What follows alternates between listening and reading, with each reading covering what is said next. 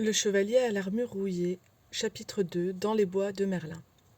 Ce n'était pas facile de trouver le rusé magicien. Il y avait de nombreuses forêts dans lesquelles chercher, mais un seul Merlin. Le pauvre chevalier chevaucha donc, jour après jour, nuit après nuit, en s'affaiblissant de plus en plus. Dans la solitude des bois, il se rendit compte qu'il ignorait beaucoup de choses. Il s'était toujours jugé très intelligent, mais maintenant qu'il tentait de survivre, il commençait à en douter sérieusement. À contre-cœur, il s'avoua qu'il ne savait même pas établir la différence entre les baies empoisonnées et les comestibles, ce qui transformait chacun de ses repas en un jeu de roulette russe. Boire n'était pas moins hasardeux. Il essayait de plonger la tête dans les ruisseaux, mais alors son aume se remplissait d'eau. 2 fois, il faillit se noyer. Comme si cela ne suffisait pas, il s'était perdu dès son entrée dans les bois. Il ne savait pas reconnaître le nord du sud, l'est de l'ouest. Heureusement, son cheval, lui, savait. Après des mois de vaines quêtes, le chevalier était plutôt découragé. Il n'avait toujours pas trouvé Merlin, bien qu'il eût parcouru de nombreux lieues. Ce qui le gênait encore plus, c'est qu'il eût parcouru de nombreuses lieues, et ce qui le gênait encore plus, c'est qu'il ne savait même pas à quelle distance correspondait une lieue. Un matin, il se réveilla plus faible que d'habitude et un peu bizarre. Ce fut ce matin-là qu'il trouva Merlin. Le chevalier reconnut le magicien au premier coup d'œil. Il était assis sous un arbre, vêtu d'une longue robe blanche, entouré par les animaux de la forêt. Des oiseaux étaient perchés sur ses épaules et ses bras. Vexé, le chevalier secoua la tête de gauche à droite, ce qui fit grincer son armure. Comment tous ces animaux ont-ils pu trouver Merlin si facilement, alors que j'ai eu tant de mal ? Péniblement, il descendit de son cheval. « Je vous cherchais, dit-il au magicien. Je suis perdu depuis des mois. » « Pas des mois, toute ta vie, » corrigea Merlin, qui croqua un bout de carotte, puis en donna un morceau au lièvre le plus proche. Le chevalier se raidit. « Je n'ai pas fait tout ce chemin pour être insulté. »« Peut-être as-tu toujours pris la vérité pour une insulte ?» dit Merlin en partageant le reste de la carotte avec d'autres animaux. Le chevalier n'apprécia pas beaucoup non plus cette remarque, mais il était trop affaibli par la faim et la soif pour s'en aller. Il préféra donc laisser choir sur l'herbe son corps bardé de métal. Merlin le regarda avec compassion. « Tu as beaucoup de chance, commenta-t-il. Tu es trop faible pour t'enfuir. »« Que voulez-vous dire par là ?» Merlin, en guise de réponse, sourit. « On ne peut pas courir et apprendre en même temps. Il faut rester au même endroit un certain temps. »« Je resterai ici le temps d'apprendre à sortir de cette armure, » dit le chevalier. « Lorsque tu auras appris cela, affirma Merlin, tu n'auras plus jamais besoin de monter sur ton cheval pour galoper dans toutes les directions. » Le chevalier était trop fatigué pour lui poser des questions sur ce qu'il venait d'entendre. D'une certaine façon, il se sentit réconforté et s'endormit rapidement. Lorsqu'il se réveilla, il vit Merlin et les animaux qui l'entouraient. Il tenta de s'asseoir, mais il était encore trop faible. Merlin lui tendit une coupe d'argent contenant un liquide d'une étrange couleur. « Bois, » ordonna-t-il. « Qu'est-ce que c'est » demanda le chevalier en regardant le breuvage d'un œil méfiant. « Tu as terriblement peur, » dit Merlin. « Évidemment, c'est la principale raison qui t'a poussé à mettre ton armure au-dessus de tout. » Le chevalier ne fit rien pour démentir, car il avait trop soif. « Très bien, je vais boire. Versez tout dans ma visière. »« Non, » dit Merlin, « ce breuvage est trop précieux pour être gaspillé. » Il cueillit un roseau, plaça une extrémité dans la coupe et glissa l'autre dans les trous de la visière. « C'est une excellente idée, » dit le chevalier. « J'appelle cela une paille, » répondit Merlin. « Pourquoi ? » ?»« Pourquoi pas ?» Le chevalier haussa les épaules et aspira le liquide à travers le roseau. Les premières gorgées lui parurent amères, les suivantes plus agréables, et les dernières tout à fait délicieuses. Reconnaissant, il tendit la coupe à Merlin. « Vous devriez mettre cette boisson sur le marché, elle se vendrait par bonbonnes entières. » Merlin se contenta de sourire. « Qu'est-ce que c'est ?» dit le chevalier.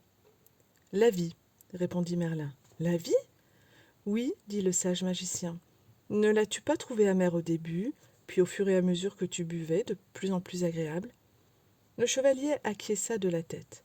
« Si, et les dernières gorgées étaient même tout à fait délicieuses. » « C'est quand tu as accepté ce que tu étais en train de boire. » « Voulez-vous dire par là que la vie est agréable quand on l'accepte ?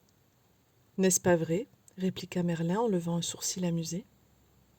Croyez-vous que je vais accepter cette lourde armure ? Ah, dit Merlin, tu n'es pas né avec elle. Tu te l'es mise. Ne te serais-tu jamais demandé pourquoi ? Pourquoi pas ? Répondit le chevalier avec irritation.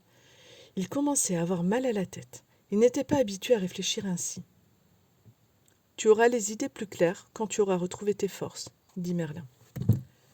Là-dessus, le magicien frappa dans ses mains, et les écureuils, tenant des noisettes dans leurs petites bouches, s'alignèrent devant le chevalier. Chacun à son tour grimpa sur les épaules de celui-ci, cassa et mastiqua une noisette, puis en introduisit les morceaux à travers les trous de la visière. Les lièvres en firent de même avec les carottes. Pour finir, le cerf écrasa des racines et des baies, puis les donna à manger au chevalier. Cette méthode d'alimentation ne sera jamais remboursée par la sécurité sociale, mais que faire d'autre pour un chevalier coincé dans son armure au fin fond des bois ? Les animaux nourrirent régulièrement le chevalier, et Merlin lui donna de grands bols de vie à boire avec la paille. Peu à peu, il retrouva ses forces et commença à reprendre espoir. Chaque jour, il posait à Merlin la même question. « Quand pourrais-je sortir de cette armure ?» Merlin lui répondait « Patience, tu la portes depuis très longtemps, tu ne peux pas t'en débarrasser si vite. » Une nuit, les animaux et le chevalier écoutaient le magicien jouer sur son luth. Puis le chevalier posa une question qui lui trotta depuis longtemps dans la tête. « Étiez-vous vraiment le maître du roi Arthur ?» Le visage du magicien s'illumina. « Oui, je l'ai été, dit-il. »« Mais comment pouvez-vous être encore vivant ? Arthur a vécu il y a des siècles, s'exclama le chevalier. Le présent, le passé et l'avenir ne font plus qu'un quand on est relié à la source, répondit Merlin. Qu'est-ce que la source ? Demanda le chevalier. C'est la puissance mystérieuse, invisible, qui est à l'origine de tout. Je ne comprends pas, dit le chevalier. C'est parce que tu essaies de comprendre avec ta tête, mais ta tête est limitée. J'ai une très bonne tête, protesta le chevalier. Et intelligente, ajouta Merlin. C'est elle qui t'a emprisonné dans cette armure. Le chevalier ne put réfuter cet argument. Il se souvint d'une phrase que Merlin lui avait dite à son arrivée. Tu as mis cette armure parce que tu avais peur. N'est-ce pas vrai ? Répondit Merlin. Non, je la portais pour me protéger quand j'allais me battre. Et tu avais peur d'être blessé ou d'être tué, ajouta Merlin. Comme tout le monde, non ? Merlin secoua la tête. Qui t'a dit d'aller te battre ? Je devais prouver que j'étais un chevalier bon, gentil et plein d'amour. Si tu étais réellement bon, gentil et plein d'amour, pourquoi avais-tu besoin de le prouver ? Demanda Merlin. Le chevalier échappa à cette pensée de la manière dont il échappait habituellement aux problèmes en s'endormant. Le lendemain matin, il se réveilla avec une idée horrible dans la tête. Se pourrait-il qu'il ne soit pas bon, gentil et plein d'amour ? Il se décida à poser la question à Merlin. « Qu'en penses-tu, toi ?» répliqua Merlin. « Pourquoi répondez-vous toujours à une question par une autre question ? Et pourquoi cherches-tu chez les autres les réponses à tes propres interrogations ?» Le chevalier frappa du pied avec colère, maudissant Merlin à voix basse. « Ce Merlin, marmonna-t-il, parfois il me tape sur les nerfs. » Avec un bruit sourd, il laissa tomber lourdement sous un arbre son corps surchargé afin de réfléchir aux questions du magicien. Que pensait-il, lui ? Se pourrait-il, dit-il à voix haute, que je ne sois pas bon, gentil et plein d'amour ? Cela se pourrait, dit une petite voix. Autrement, pourquoi serais-tu assis sur ma queue ? Quoi ? Le chevalier regarda par terre et vit un petit écureuil assis à côté de lui. En réalité, il ne vit que la plus grande partie de l'écureuil, car sa queue lui était cachée. « Oh, excuse-moi, dit-il, en levant promptement la jambe de façon à ce que l'animal puisse récupérer sa queue. « J'espère que je ne t'ai pas fait mal, je ne vois pas très bien avec cette visière qui me gêne. »« Je m'en doute, répondit l'écureuil sans aucun ressentiment dans la voix. C'est pourquoi il te faut sans cesse t'excuser auprès des gens de leur avoir fait mal. À part un petit malin de magicien, il n'y a rien qui m'irrite davantage qu'un petit malin d'écureuil, grogna le chevalier. Je ne suis pas obligé de rester là à te parler. Luttant contre le poids de son armure, il fit une tentative pour se remettre debout. Soudain, saisi d'étonnement, il laissa échapper « Eh, mais nous sommes en train de nous parler !»« Et ce, grâce à ma bonne nature, » répliqua l'écureuil, « si l'on considère que tu as été assis sur ma queue. »« Mais les animaux ne parlent pas, pourtant, dit le chevalier. »« Oh, bien sûr que nous parlons, dit l'écureuil. C'est seulement que les gens n'écoutent pas. » Le chevalier secoua la tête de perplexité. « Tu m'avais déjà parlé ? » ?»« Certainement, chaque fois que j'ai cassé une noisette pour la pousser dans ta visière. » »« Comment se fait-il que je t'entende maintenant alors que je ne t'entendais pas à ce moment-là ?»« J'admire ton esprit curieux, commenta l'écureuil, mais ne peux-tu jamais accepter une chose telle qu'elle est, simplement parce qu'elle est ? » ?»« Tu réponds à mes questions par des questions, dit le chevalier. Tu es resté trop longtemps avec Merlin. Et toi, pas assez. » L'écureuil donna un coup de queue au chevalier, puis grimpa sur un arbre.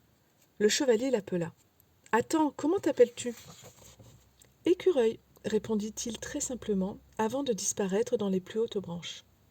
Stupéfait, le chevalier secoua la tête. Avait-il imaginé toute cette scène ? À ce moment-là, il vit Merlin approcher. « Merlin, dit-il, il faut que je m'en aille d'ici. Je me suis mis à parler avec les écureuils. »« Splendide, répondit le magicien. Le chevalier parut troublé. « Que voulez-vous dire par là ?»« Rien d'autre. Tu deviens suffisamment sensible pour percevoir le langage des autres. » Le chevalier étant visiblement perplexe, Merlin continua son explication. « Tu n'as pas parlé à l'écureuil en mots, mais tu l'as senti et traduit ses vibrations en mots. J'attends le jour où tu parleras aux fleurs. Ce sera le jour où vous les planterez sur ma tombe. Il faut que je quitte ces bois. Où irais-tu ? Je retournerai chez Juliette et Christophe. Il y a trop longtemps qu'ils sont seuls, il faut que je rentre m'occuper d'eux. Comment pourrais-tu t'occuper d'eux alors que tu ne peux même pas t'occuper de toi ? Mais il me manque, pleurnicha le chevalier. Je veux rentrer chez nous, même en piteux état. Et c'est exactement ce que tu feras si tu y vas coincé dans ton armure, l'avertit Merlin. Le chevalier regarda tristement Merlin. Je ne veux pas attendre d'enlever mon armure, je veux rentrer tout de suite et être un mari gentil et plein d'amour pour Juliette, et un père formidable pour Christophe. Merlin hocha la tête de compréhension. Il dit au chevalier que c'était très généreux de sa part de vouloir donner le meilleur de lui-même. Mais un cadeau, pour être un cadeau, doit être accepté. Autrement, il devient un fardeau. « Vous voulez dire qu'ils ne veulent peut-être pas que je revienne ?» demanda le chevalier surpris. « Ils me donneront sûrement une seconde chance. Après tout, je suis l'un des meilleurs chevaliers du royaume. »« Peut-être cette armure est-elle plus épaisse qu'elle n'en a l'air, » dit doucement Merlin. Le chevalier réfléchit. Il se souvint des interminables lamentations de Juliette sur le temps qu'il passait à se battre, sur l'attention qu'il témoignait à son armure, sur sa visière fermée, et sur son habitude de s'endormir brutalement pour couper court à toute discussion. Juliette ne voulait peut-être pas qu'il revienne, mais Christophe le voudrait certainement.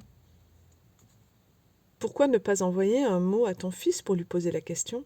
suggéra Merlin. Le chevalier reconnut que c'était une bonne idée. Mais comment faire passer la lettre ? Merlin désigna le pigeon qui était sur son épaule. « Rebecca s'en chargera. » Le chevalier était intrigué. « Elle ne sait pas où j'habite, ce n'est qu'un oiseau stupide. »« Je distingue le nord du sud et l'est de l'ouest, » dit Rebecca d'un ton cassant. « Tu ne peux pas en dire autant. » Le chevalier s'excusa promptement. Il était bouleversé. Non seulement il avait parlé avec un pigeon et un écureuil, mais tous deux s'étaient moqués de lui, et le même jour. Comme Rebecca était un oiseau au grand cœur, elle accepta les excuses du chevalier et s'envola avec, dans le bec, la lettre griffonnée à la hâte pour Christophe. « Ne roucoule pas avec un pigeon que tu ne connais pas, sinon tu risques de faire tomber ma lettre, » lui cria le chevalier. Rebecca, comprenant que ces derniers avaient encore beaucoup à apprendre, ignora sa remarque idiote. Une semaine passa, et Rebecca ne revenait pas. Le chevalier s'inquiétait de plus en plus, car il craignait qu'elle ait été la proie des faucons qu'il avait dressés pour la chasse. Il grimaça de douleur en se demandant comment il avait pu pratiquer un sport aussi criminel. Lorsque Merlin eut fini de jouer du luth et de chanter, le chevalier lui fit part de ses soucis à propos de Rebecca. Merlin le rassura d'un petit vers joyeux.